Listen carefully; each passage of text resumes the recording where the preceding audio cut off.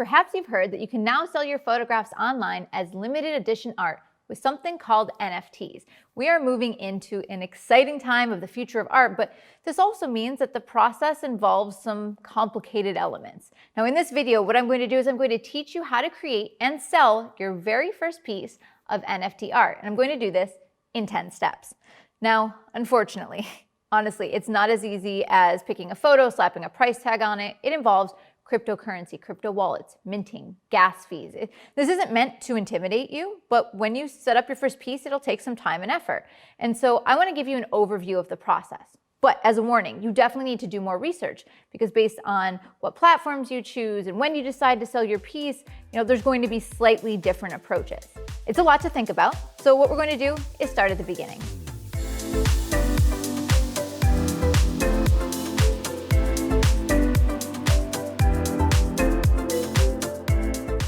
The first step to creating, minting, and listing your first NFTs is to learn more about what they are.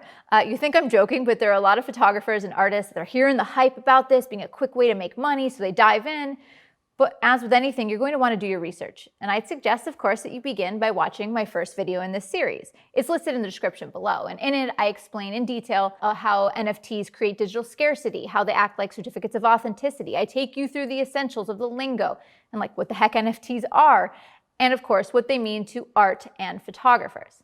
Now, I also recommend that you look into other successful photographers, the ones that are doing well in the NFT space, because they'll inspire you, but they'll also give you ideas for best practices so that you can follow their lead and hopefully find success. Now, speaking of this, my third and final video in this series covers my experience selling my very first NFT and then the best practices that I've learned after interviewing other photographers. So be sure to stay tuned for that. Now, one of the things you may not have realized yet is that minting and listing your first NFT, it actually costs you money up front. It's not free. And I will go into this later on, but you're going to have to begin by purchasing some currency that you can pay for the process. In particular, you need to have a cryptocurrency. Now this is about to get a little bit lingo heavy, so let me just start with some basic terminology. So first, a cryptocurrency. Basically, it's a digital currency that is decentralized. In other words, it's a currency not controlled by a bank or a government. If you've heard of Bitcoin before, well, that is a type of cryptocurrency. Ethereum, often seen as ETH, is a specific currency used for creating, buying, and selling NFTs, and you can do other things with it as well. Now, NFTs are created and recorded on the Ethereum network, which is why you need to have this particular type of currency. A cryptocurrency exchange is where you can buy, sell, and send these digital currencies. Now, it's the same idea as a normal currency exchange. When you travel, you need to get the local money, except for this is dealing with cryptocurrency. Okay, so I've got this little bit of lingo out of the way, but now what do you do with this knowledge? What does it actually mean to you? All right, so where you're going to begin is by creating an account with something called COINBASE. It's a cryptocurrency exchange. Basically, you use your, I say this loosely, real money, in my case US dollars, to purchase a cryptocurrency. And as I mentioned, certain things like NFTs in particular can only be bought, sold, and created with a specific currency. If you have, Bitcoin or Dogecoin or anything like that, it's like trying to buy something in Thailand with euros. You've got the wrong money for the job. Now, there are a few ways you can pay for your cryptocurrency. Typically, you'll either pay via a debit card or a bank transfer, but here's the kicker. If you use a debit card, there's usually a limit of what you can spend, and sometimes it's not enough to make your first piece. And if you do a bank transfer, the other option, it can take up to 2 weeks. It took me 10 days to get my money. So if you plan on doing an NFT soon, you should probably do this part of the process right away. Get yourself started. Now you're going to need to decide how much money you want to exchange. I'd say right now you probably want to start with $150, $200 US to make sure you cover the necessary fees in creating your art, which again, we'll talk about that later. You can get away with less, but you don't want to be short because it takes a while to get it. Now you can see in this instance, I decided to convert $1,000 US. COINBASE then let me know when the money was in my account 10 days later. Oh, and by the way, if you've ever gotten money at a currency exchange, like in another country, you realize it's not free, they charge a fee. It's the same thing with crypto exchanges. So just a heads up that there will be a small fee. Okay, so you've purchased some crypto to spend, and now you need to get a wallet to put it in. So these wallets allow you to interact with different platforms to buy and sell things. Now, okay, so this is not exactly a perfect analogy, but you know how on a lot of websites you can easily one-click pay with PayPal? Your wallet will allow you to do the same thing. It's just a click of the button and then you can pay with what you need without having to do a transfer or take a lot of time. It's instant. So that's one of the reasons it's so useful. Now, there are many different wallets out there, but probably one of the most common is one called MetaMask. Now, it has a browser extension that makes it so easy to use Ethereum. It makes it much, much easier. So when you sign up for MetaMask, this is your wallet, remember? What you're going to do is create a password, and you get a special code called a seed phrase. It's a series of random words. You have to keep this information very, very, very, very safe. Now, I do not say this to stress you out, but I do mean to stress you out a little bit, because if you lose this seed phrase, there is no password reset. Your account can't be accessed, and guess what? The money in there is stuck. So be careful at this step of the process to make sure you have that password saved carefully. So to be able to easily spend your cryptocurrency, you have to connect your COINBASE account, like remember this is where you exchanged your money, to your wallet, which is the MetaMask, the easy way to pay. Now, your wallet contains something that is like a unique address. It's a place where money can be sent. So what you do is you copy that code, sometimes it'll say like account 1, and then you go into COINBASE where it says send receive money. You plug in the address, the amount you want to send, and then you send it, and then you wait a few minutes. Now, personally, what I did is I started with a low amount to make sure I didn't mess it up. I started with about $150 to transfer, and then it showed up in my wallet shortly thereafter. When you display your artwork in the real world, typically you're doing so in a gallery. So think of your NFT platform or marketplace like a gallery. Basically, it's the place where other artists are selling and displaying their work, and there's usually already a loyal group of interested art collectors. So these platforms, what they do is they help you in the process of putting your NFT onto blockchain, like minting it, then listing your piece, selling it, that whole thing. Again, they have collectors already on those platforms. Now, there are many different platforms, and each one has a different type of art, different features, different protocols, different rules. Some platforms have still photographs, and others are like exclusively animation. So you probably want to look into that as well. So for example, my very first NFT creation, which by the way, they sometimes call it a drop or a Genesis drop, I chose the platform called Foundation. Now, the reason I did this is I chose Foundation because it has a really good community of artists, also has photographers, and all of the art is edition 1 of 1. In other words, you can only sell one NFT for that particular artwork. Now, the community, I like this, it's invite only. And so the invites are given to a creator once they sell a piece of artwork. So it's artist curated, and I love that idea. And so it was pretty cool because after selling my first piece of art, I got to invite an artist that I really admired. Now, of course, there are many other marketplaces, and you will have to do your research to figure out what fits you best. And honestly, new ones are popping up. So for example, there's one called Maker's Place. It's a platform that is specific to NFT artists, and it allows you to choose different editions. Then there's something called Super Rare. These artists, you have to apply. It's very, very exclusive and highly curated. Then there's OpenSea, which is one of the oldest, biggest NFT marketplaces. And it's not just for art. There's digital collectibles like trading cards and 3D objects, but there's no screening process. So if you want to get started right away, you can do so there. Now, of course, there are others. For example, there's Rarible and Nifty Gateway and like tons more. So you have to kind of find the right fit for you and your artwork. Okay, so you select your marketplace, and then what you need to do is connect your wallet. So for example, with Foundation, you aren't even creating an account. You basically just connect your wallet, and this is your account. Now, if you have MetaMask, if it's up and running, there's a little browser extension, and all you do is hit connect, and it does it for you. So it does vary based upon platform, but that's the general idea behind it. You've gotten your cryptocurrency. You set up your wallet. You selected your marketplace. And now you've connected your wallet to that marketplace. So now it's time to mint your first piece. All of that leading up to the creation of that first piece. Now, minting is when you actually create the NFT that lives up on the blockchain, and it can't be edited. It cannot be changed. So this is the point in the process where you got to pick out your artwork. This is where you give it the title and the description. You upload the piece. And depending on the marketplace you use, this is where you decide upon the edition. So how many versions of this will be available?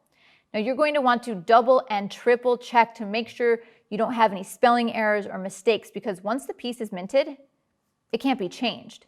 Minting costs money, so if you have to delete it, also called burn it, what it does is it destroys the piece, but you have to pay to then mint it again, so just check your work carefully.